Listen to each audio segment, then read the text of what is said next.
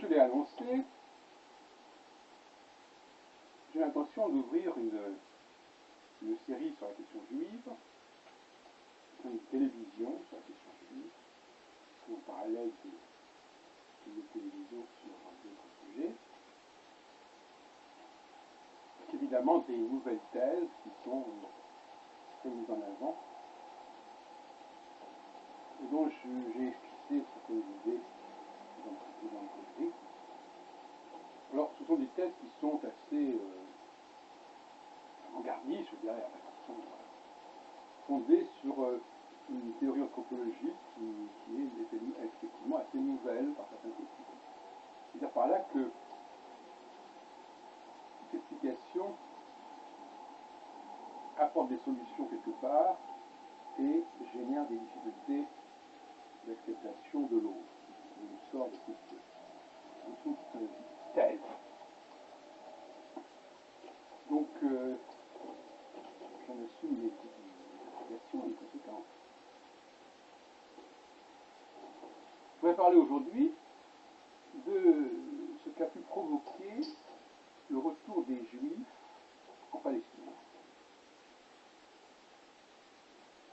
Et notamment les conséquences qui ont pu en découler au cours du XXe siècle, notamment au propos de la Shoah. Vous savez que nous vivons dans une forme d'écosystème et que la perturbation de l'écosystème peut avoir des effets considérables. C'est partie du champ de l'écologie.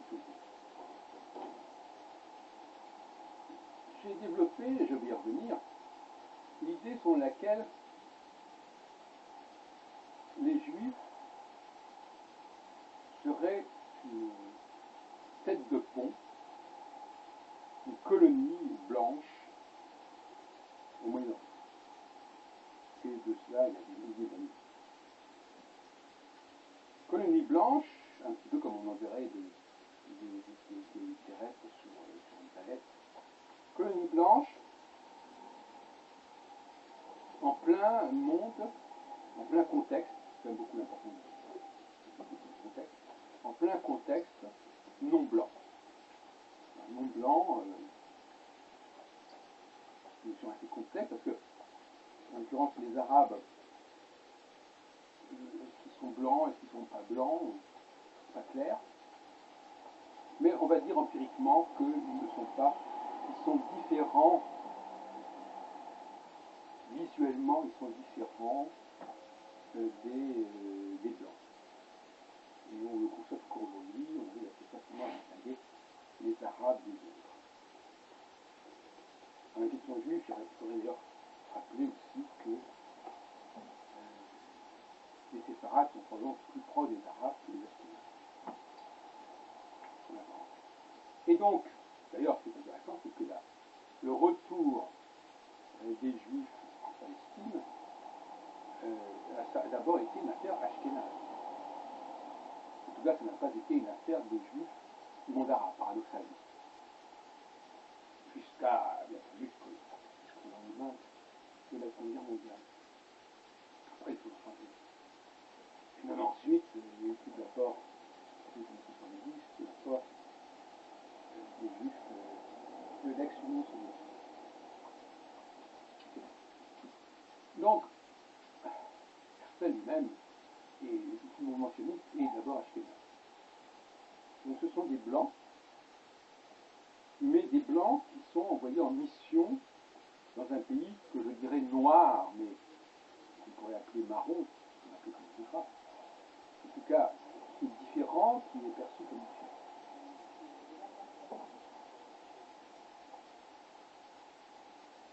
Et par conséquent, ce qui était banal, le fait d'être blanc, ce qui était banal en Europe, devient extraordinaire au Moyen-Orient. C'est important ce décalage. De la même façon que l'arrivée des colons blancs ibériques en Amérique est apparu quelque chose d'extraordinaire, alors que dans leur pays d'origine, il n'y avait rien d'extraordinaire. Ça, notre vision, une idée de ce qui est ordinaire en un plan, il y a un plan donné, devient extraordinaire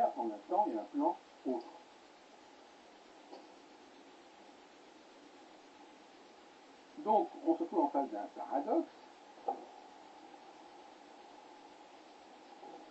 c'est que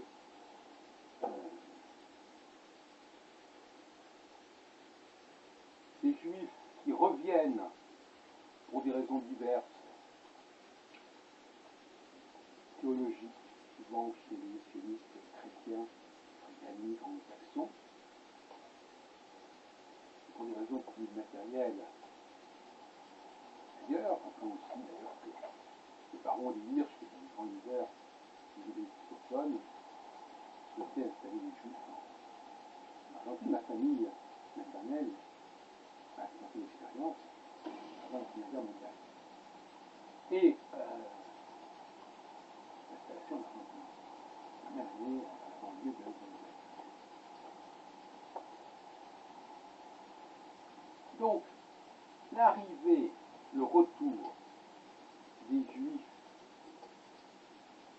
dans cette position originelle, matricielle,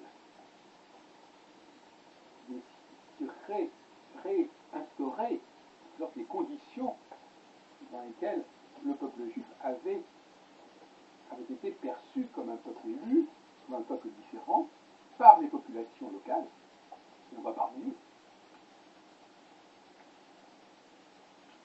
Tout cela aura pu réinstaurer, renforcer une égalité qui tendait à s'estomper.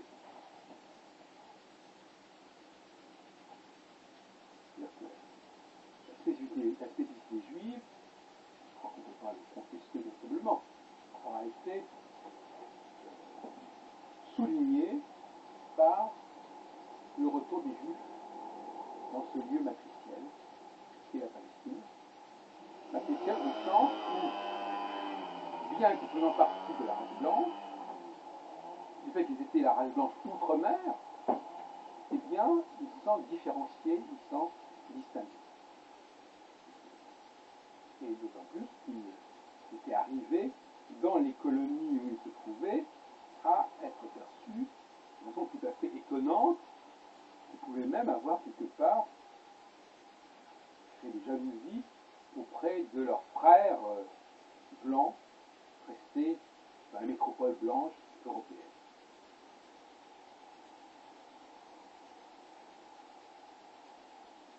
Autrement dit, on a joué un peu aux apprentis sorciers en préconisant, sans connaître les tenants et les aboutissants de toutes ces questions juives d'ailleurs, malheureusement, en préconisant le retour des Juifs, ce qui n'avait pas été d'ailleurs, entre parenthèses, le projet originel.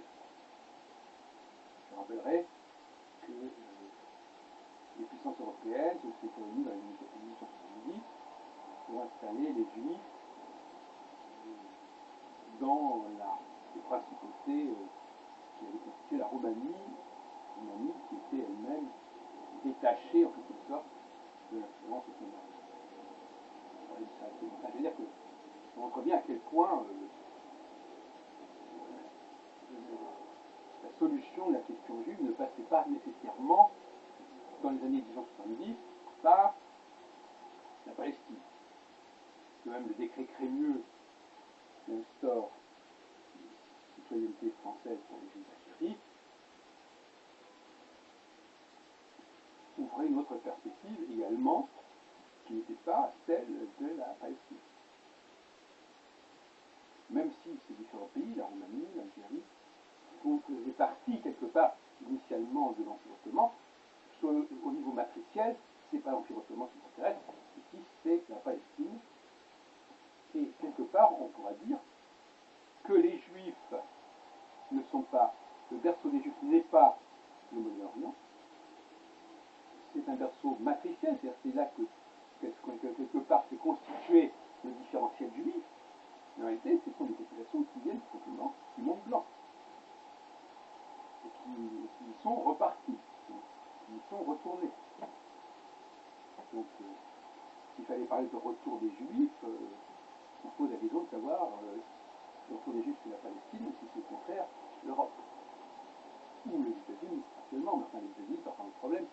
Les États-Unis, c'est aussi réalisation de différences blanches d'un autre type, mais également dans un contexte où les blancs étaient apparus comme différents. Donc effectivement, il y a une espèce de parallélisme entre le judaïsme du Moyen-Orient,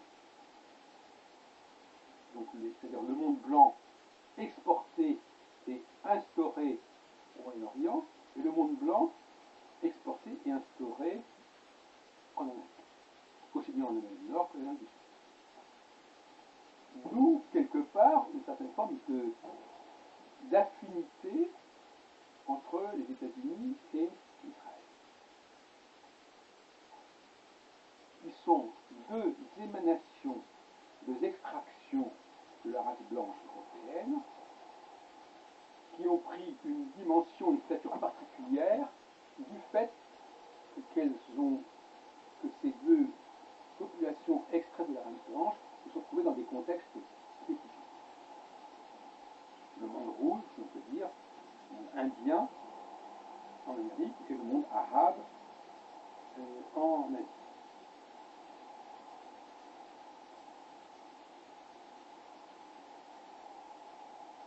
Par conséquent,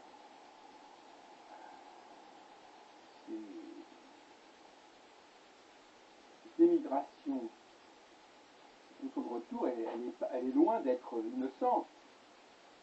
Elle est loin d'être sans conséquence, cette question du retour. Parce que ça veut dire retour vers une différenciation au sein même de la race blanche.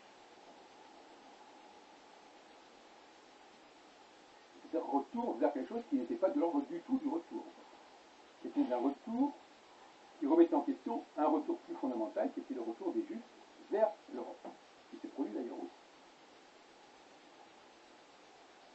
Alors, la thèse que je défendrai, c'est, donc on est dans un domaine qui est quand même assez complexe et assez mystérieux, et assez difficile à tenir, mais justement, pour ça qu'il ne faut pas faire n'importe quoi. La thèse que je défendrai, c'est que cette réapparition massive,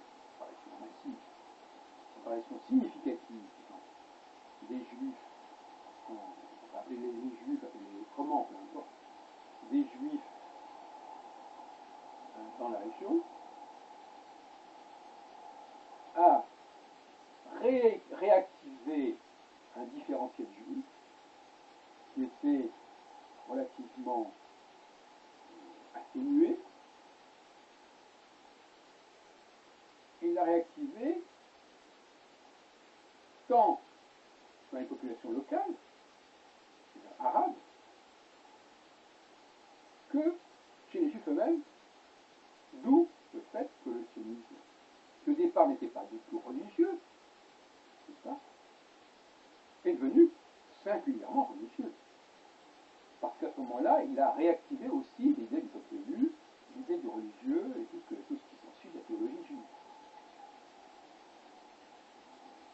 Et toute cette réactivation de part et d'autre, c'est-à-dire dans la conscience juive comme dans la conscience arabe, n'a peut-être pas été sans effet sur la condition juive en Europe, sur la perception que les Juifs eux-mêmes avaient et qu'on pouvait avoir d'eux en Europe. Alors, je passe sur le fait que, bien après, du fait de la décolonisation et de l'indépendance des pays du Maghreb, notamment, une présence arabe forte est venue en France, qui quelque part pourrait aussi avoir réactivé l'idée d'un peuple juif différent du reste de l'Arabie. Mais je reviens aux années 30 du siècle dernier. On sait que la décision de confier le mandat sur la Palestine au Royaume-Uni, ou à la Grande-Bretagne,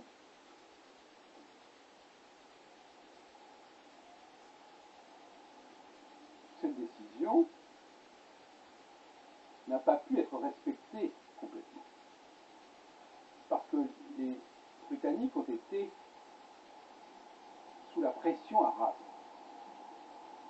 nation arabe qui a forcé les Britanniques à édulcorer et à trahir, de toute manière, la mission mandataire qu'on leur avait confiée. On peut dire que ce sont les Arabes qui ont fait échouer le projet de la Société des Nations.